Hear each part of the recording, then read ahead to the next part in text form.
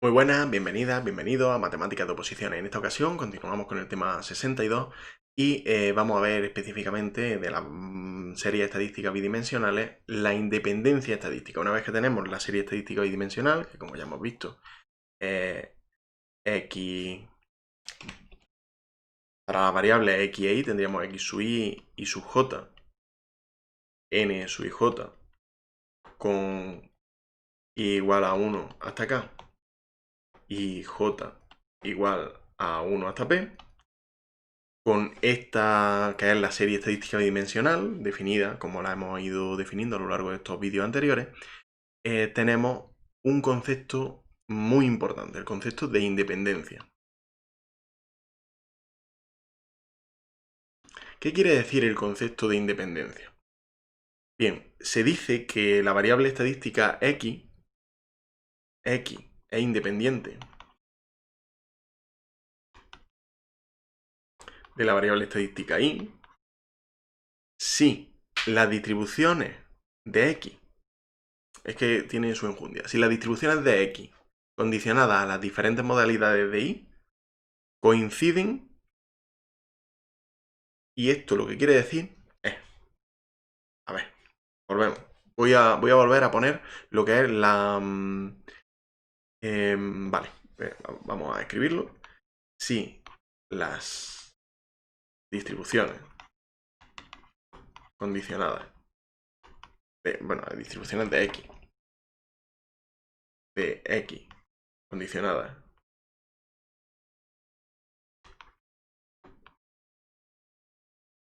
a que y sea igual a y sub j para todo j perteneciente a 1 hasta p, es decir, para todas las distribuciones condicionadas que podemos calcular, las distribuciones de x condicionadas a cualquier valor de y son iguales. ¿Cuándo ocurre esto? Pues esto ocurre, como recordamos, las distribuciones, voy a hacer un pequeño inciso, las distribuciones, ahí lo borramos, las distribuciones condicionadas, la distribución condicionada de x condicionada a que y pueda valer y sub j, venía dada por x sub i, f sub i j, donde ya lo único que hacemos es variar la i desde 1 hasta acá.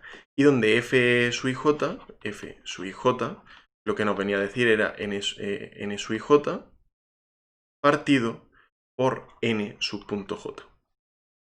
Es decir, todos los elementos, la cantidad de elementos que tenemos de ese par entre la cantidad de elementos que podemos encontrarnos de la categoría i sub j. Que eso sea igual, que las distribuciones, todas las distribuciones de este tipo sean igual, quiere decir que f sub i j, sub i condicionado a j, es exactamente igual a f sub i condicionado a k para todo k perteneciente. Bueno, k no voy a utilizar k. Voy a utilizar para todo i condicionado a s, a otro distinto, para todo s perteneciente desde 1 hasta acá.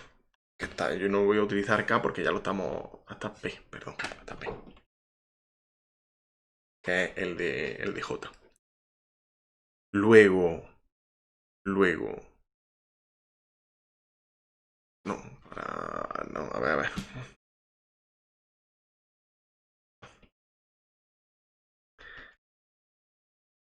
Es igual para todos los casos, sí, es para todo j y para todo s, desde 1 hasta p, sí, pero lo más importante es que para cualquier i que estemos considerando, todos son iguales. Es decir, esto es igual para todo i perteneciente desde 1 hasta acá, donde s sea distinto de j.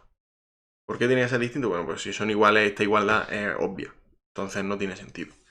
Si son distintos, esto se cumple para todo y cada uno de los elementos de los elementos de i, de las categorías de x, que serían los x sub i, x sub 1, x sub 2, hasta x sub k. Entonces cumpliría para todas ellas. Equivalentemente podemos decir que son independientes cuando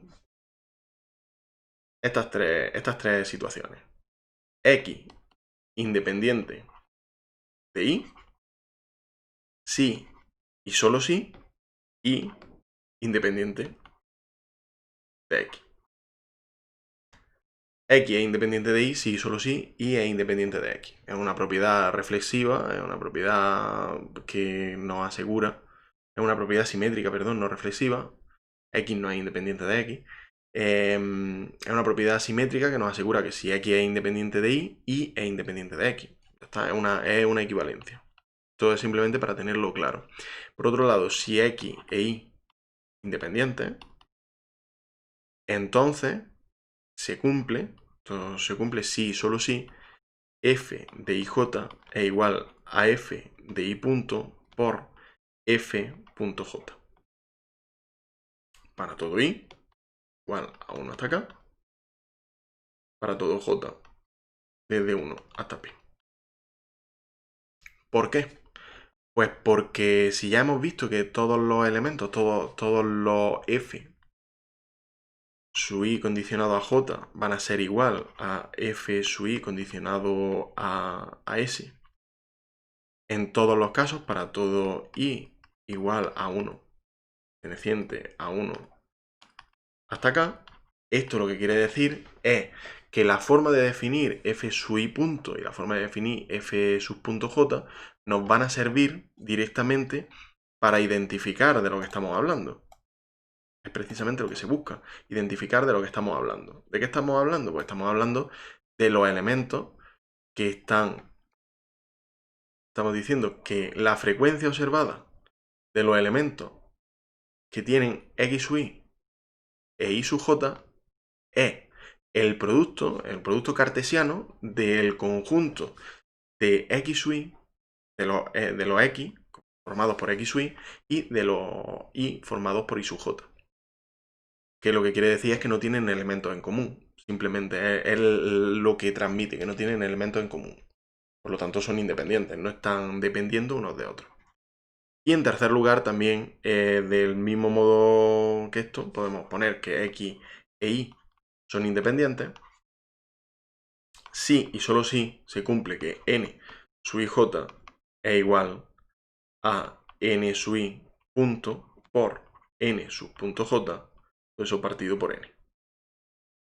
Para todo i igual perteneciente a 1 hasta acá.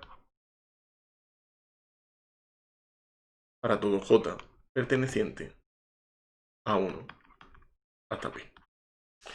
Pues estas son las características de la independencia. Estas son las características de la independencia lineal. La independencia. X es independiente de Y si se cumple que las distribuciones condicionadas de X a Y son exactamente iguales y por lo tanto también al revés. X es independiente de Y si solo si Y es independiente de X. Y es independiente de X, volvemos a la definición anterior, si todas las distribuciones de Y condicionadas a valores de X son exactamente iguales, son las mismas. Y con esto hemos terminado el apartado de series estadísticas bidimensionales, en las cuales pues, hemos visto pues, tanto su representación, su definición, su representación por medio de tablas, su representación por medio de gráficas, los momentos tanto centrados en la media como no centrados en la media, la covarianza en concreto, que tiene un valor característico, y además también las distribuciones marginales y condicionadas que nos han servido para determinar si dos variables estadísticas son independientes o no lo son. Con ello finalizamos este apartado y posteriormente veremos lo que es la regresión y la correlación lineal. Muchas gracias por todo y nos vemos a la próxima. Adiós.